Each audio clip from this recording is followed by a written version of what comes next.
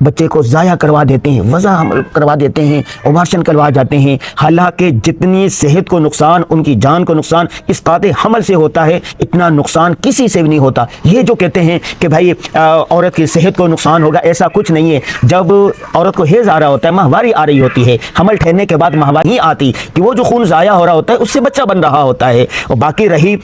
رزق کی بات، کھانے کی بات، کراچی سے لے کے حیدرآباد تک سارا جنگل پڑا ہوا ہے نا، یہاں پر فیکٹریاں لگا دینا، کمپنیاں لگا دینا، پورا بلوچستان خالی پڑا ہوا ہے، وہاں پر گھر آباد ہیں، فیکٹریاں لگا دیں، کمپنیاں لگا دیں۔ ابھی جس ملک میں مرشد سے آیا ہوں وہ 85 کلومیٹر لمبا اور 35 کلومیٹر چوڑا ہے، اتنا سا ملک ہے، لیکن وہاں پر وسائل کس قدر ہے، اتنا چھوٹا ہے، لیکن کیا ہے، وہاں پر امن ہے، سکون ہے، اطمینان ہے، روزگار ہے، اور ہر آدمی خوشحال ہے، بہت زیادہ ہیں، بچے نہیں ہیں۔ مرشدین آبادی بہت کم ہو رہی ہے، جس کی بنا پر ایک قومی تحریک چلی ہوئی ہے کہ بچے زیادہ پیدا کریں۔ پاکستانیوں شکر ادا کرو اور بچے زیادہ پیدا کرو، کم از کم ہر فیملی کے 5 بچے تو ہونے چاہیے نا، 2 بچے، 1 بچہ، 3 بچے کی جو تحریک چلا رہی ہے اس کو مسترد کرنا چاہیے، کم از کم 5 بچے ضرور ہونی چاہیے۔